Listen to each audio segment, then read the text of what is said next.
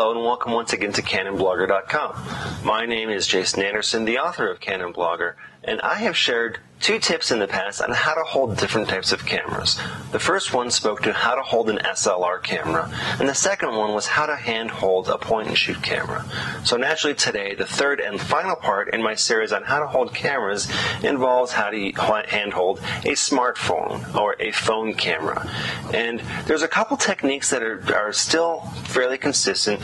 You're always going to want to keep your arms folded down. You don't ever want to get your arms going up to the sides. If you ever start feeling your arms going up to the sides, resist the urge and bring those arms back down in.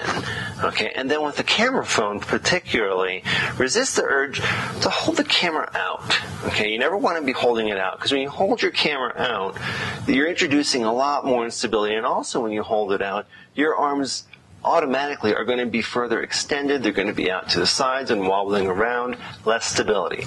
Always try and keep your arms tucked down and your elbows in towards your body. All right, you don't need to have the camera this far out to see what's going on. Go ahead and bring it in nice and tight and keep your elbows to your body.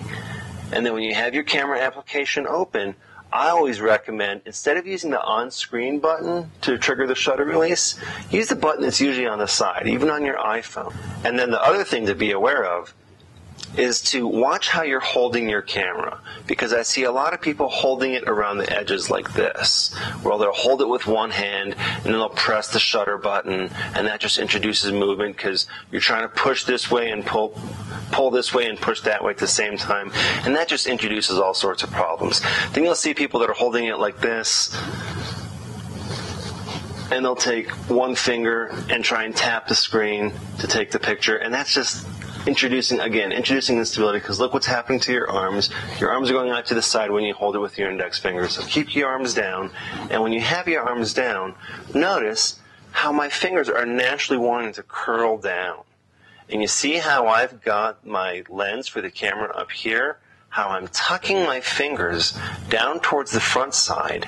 So I've got my fingers curled around the front, holding the camera in. I've got my index fingers up top, and then I have the shutter release right by my lower left thumb, so that when I want to take a picture, I'm not having to move anything.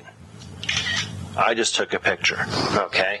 And that's the best way I can think of to really hand hold a mobile phone camera, is to wrap your fingers around that. Don't be afraid to really grab a hold of it.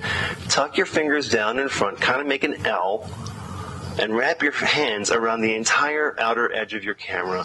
Tuck your arms down in, make sure it's enclosed, and then use your thumb around the edge to press the shutter release, rather than taking that thumb off and pressing the shutter release that way, because that's just going to introduce instability. Use those thumbs for support.